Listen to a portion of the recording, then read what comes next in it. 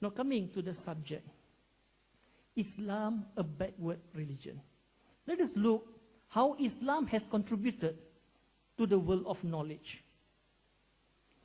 In Islam, for us Muslims, it is very important for us to acquire knowledge.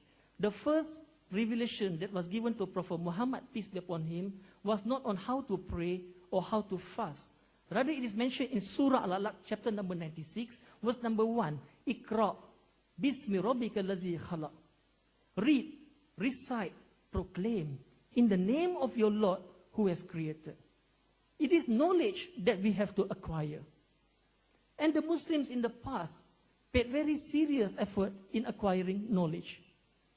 We have many cases in the past where Muslims excel in their knowledge. We have Caliph Ma'mun, for example, who has built Baitul Hikmah, literally meaning house of wisdom, a royal library, the first of its kind. In fact, Muslims have excelled in various fields, in the field of mathematics, philosophy, medicine, botany, zoology, irrigation, astronomy, in chemistry, biology, botany, so many fields Muslims has progressed. And I would like to give you some examples here. Al-Khwarizmi is known as the father of algebra. His book, Kitab Al-Jabar wal-Mukaddasah. From the word Al-Jabar, we get the word algebra. In fact, the word algorithm comes from his name, Al-Khwarizmi. We have Al-Biruni, who has accurately calculated Earth's longitude and latitude. We have Omar Khayyam, the famous poet and mathematician. We have Al-Zarawi, the pioneer in surgery. We have people like Ibn Rushd. In the West, he's known as Averroes. And he's a famous jurist.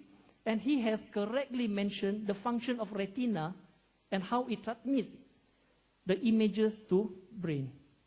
We have people like Imam Ghazali, a philosopher in the West, also known as Al-Ghazal. We have Ibn Sina, commonly known in the West as Avicenna. And his book, The Canon of Avicenna, was translated into Latin.